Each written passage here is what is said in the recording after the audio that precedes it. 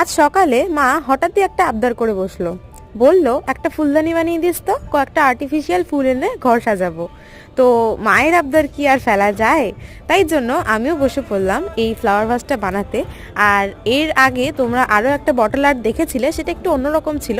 তো আজকে তোমাদের সাথে আমি পুরোপুরি নতুনত্ব একটা বটল আর্ট শেয়ার করব। এই বটল আর্টটার জন্য অ্যাট ফার্স্ট আমার লাগবে একটা পরিষ্কার পরিচ্ছন্ন কাচের বোতল, যেটার মধ্যে কোনো রকম ডার্ট থাকবে না। এবার তোমরা জিজ্ঞাসা করবে, দিদি কি আউটলাইনার ইউজ করেছো, কি রং ইউজ করেছো? তোমাদেরকে আগেই বলে দিই, যে কোনো বটল আর্টের জন্য বিশেষত গ্লাস পেইন্টিং এর জন্য যেই সব রঙগুলো গ্লাস পেইন্টিং এর জন্য তৈরি ওয়াটার বেসড, সেগুলোই কিন্তু ইউজ করতে হয়। আমি এখানে ফেভিক্রিলের ওয়াটার বেসড কালার ইউজ করেছি, আর আউটলাইনার তোমরা যে কোনো স্টেশনারি দোকানে কিনতে পেয়ে যাবে। চলো, বটল আর্টটা তোমাদের কেমন লাগলো কমেন্ট বক্সে কিন্তু অবশ্যই জানিও। আর ভিডিওটা যদি ভালো লেগে থাকে একটা লাইক করে দিও, আর এরকম নতুন নতুন ভিডিও পেতে আমার চ্যানেলটা কিন্তু সাবস্ক্রাইব করতে একদম ভুলবে না। So by.